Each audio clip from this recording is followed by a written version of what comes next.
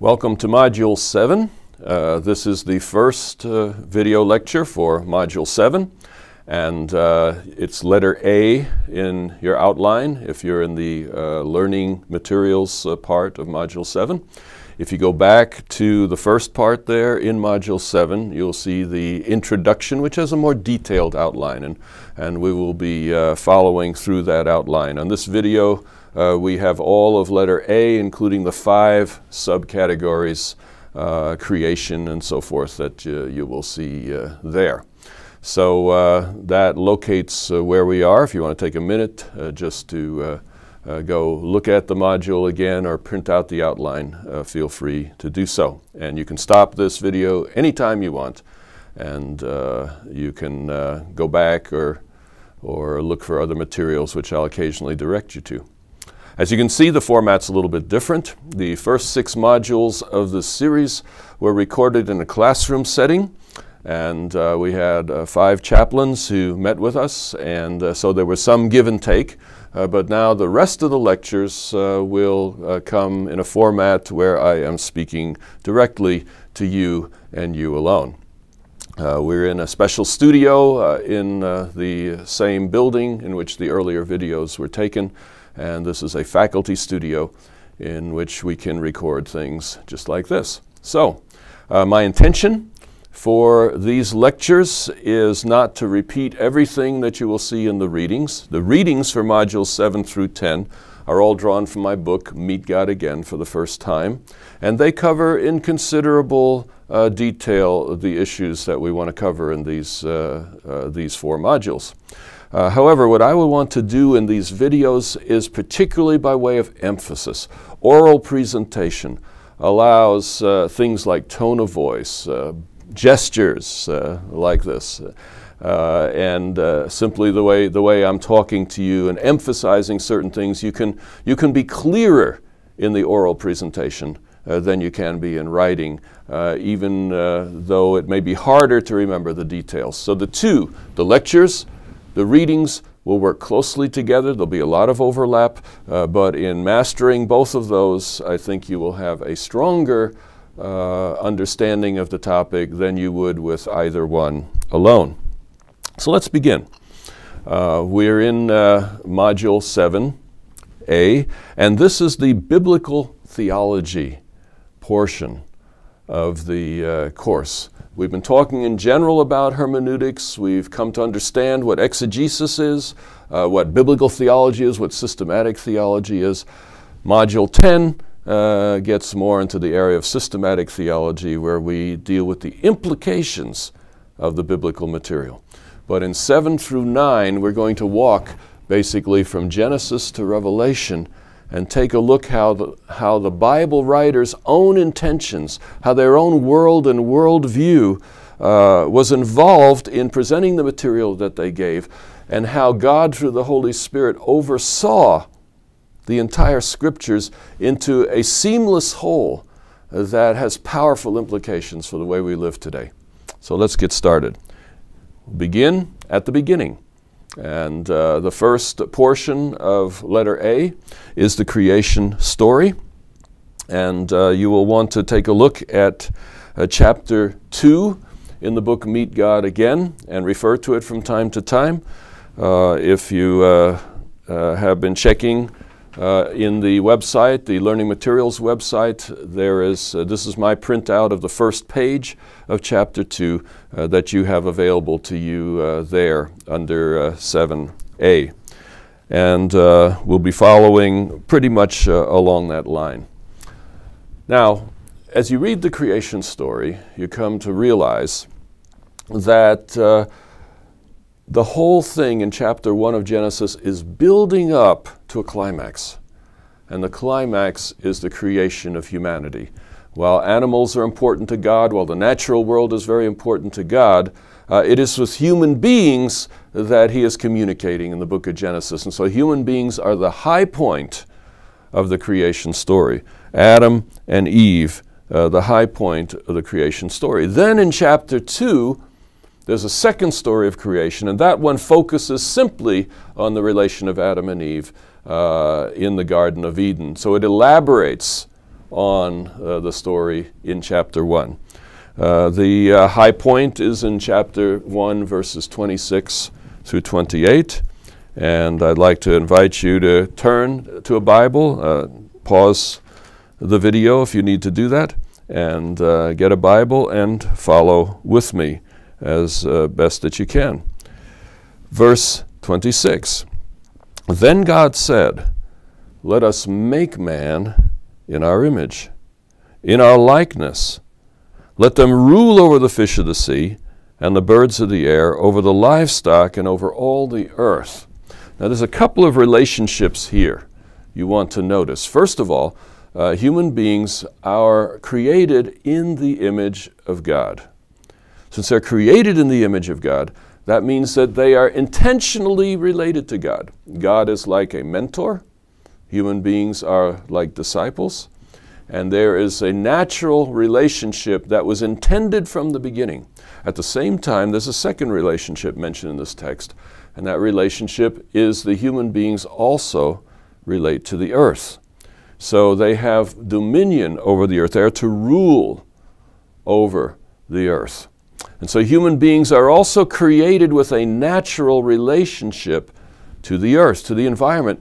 In this case, the roles are reversed. It is human beings who are in the mentor role, and it is the creation that is in the disciple role. So human beings are designed to relate to God in the same way that the environment relates to human beings. Human beings are to see God's mentoring of them as the model for their stewardship over the creation. So in this very first verse here, verse 26 of chapter 1, we see the establishment of relationships as very central to the creation account. Verse 27, "So God created man in his own image. In the image of God, he created him. Male and female, he created them." This verse repeats the concept that human beings are in the image of God, in God's likeness, that there's a natural relationship between human beings and God, but then it adds an additional dimension.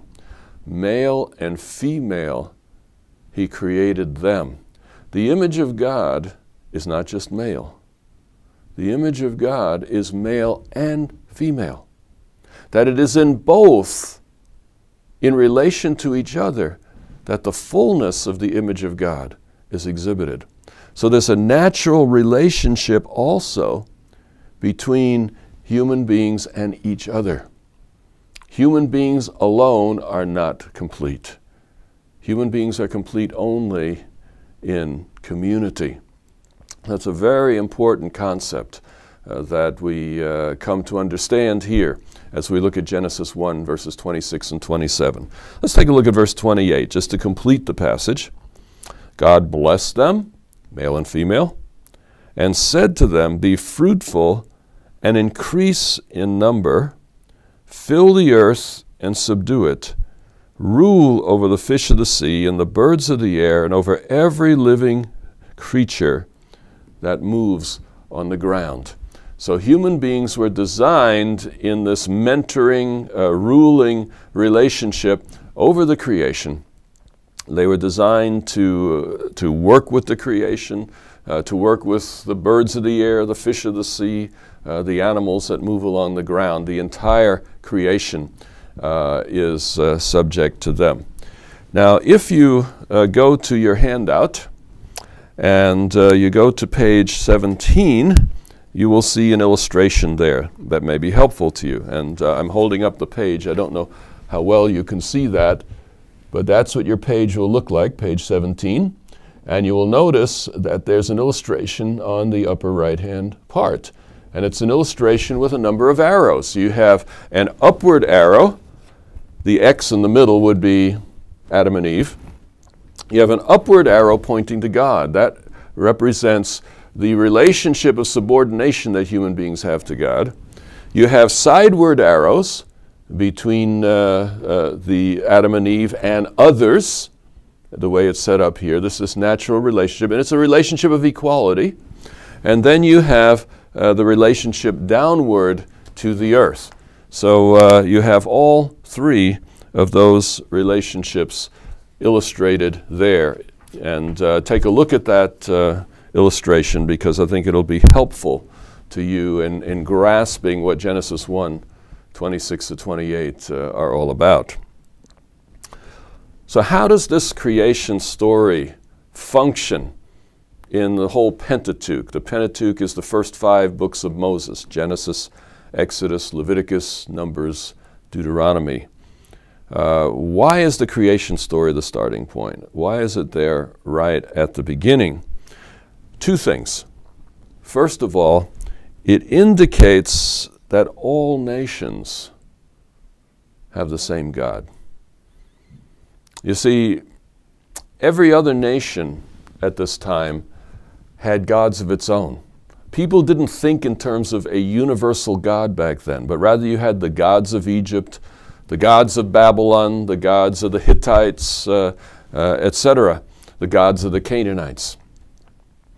But Israel's story is different. The Creator in Israel's context is Israel's God.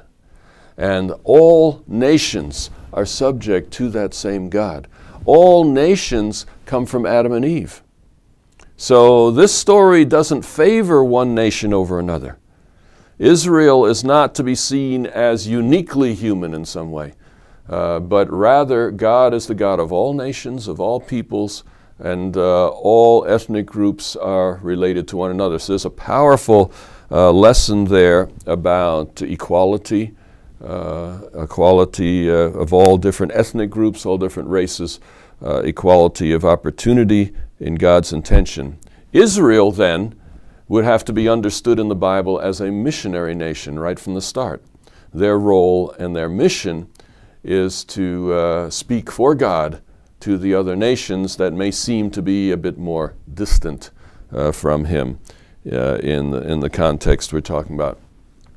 A second point is that the creation story is the starting point of the covenant. That throughout the Bible, and we will go into this in much more detail, but throughout the Bible there's a strong sense that God is a God of covenant. He's a God that has rules and regulations. There are ways to behave in relation to God, and we will talk a lot more about that, particularly in module number 9. However, the main point of all this is, why are there rules and regulations? Why are there laws? And the underlying principle is that laws are grounded in relationship. Whenever people are in relationship to each other, particularly in a sinful world, there needs to be rules so that people know how to relate to each other. There's rules also for how people are to relate to God. And the purpose of the covenant is not oppressive. The purpose of the covenant is to clarify the boundaries, to provide security. Here's how people are going to behave. Here's how God is going to behave. Here's how He expects us to behave in relation to Him. When we do, things go well. When we don't, things don't go so well. So the purpose of law is not to be oppressive, but is to regulate relationships so that people can be secure in those relationships. Obviously, a couple that's gone to all the trouble of getting married is probably less likely to just walk away the next day than a couple that's simply living together. There's a covenant, there's a commitment to stay together through difficult times. That provides security in a relationship, and that ultimately is the purpose of law. So, you have in this story the fact that God has created the human race. They are the founders of all the nations. Israel, in the end, will represent God to these other nations, but they're all subject to the same God. And God is also the God of law, the God of covenant. And while those words are not mentioned in Genesis 1 and 2, they are nevertheless implied by the reality of relationships.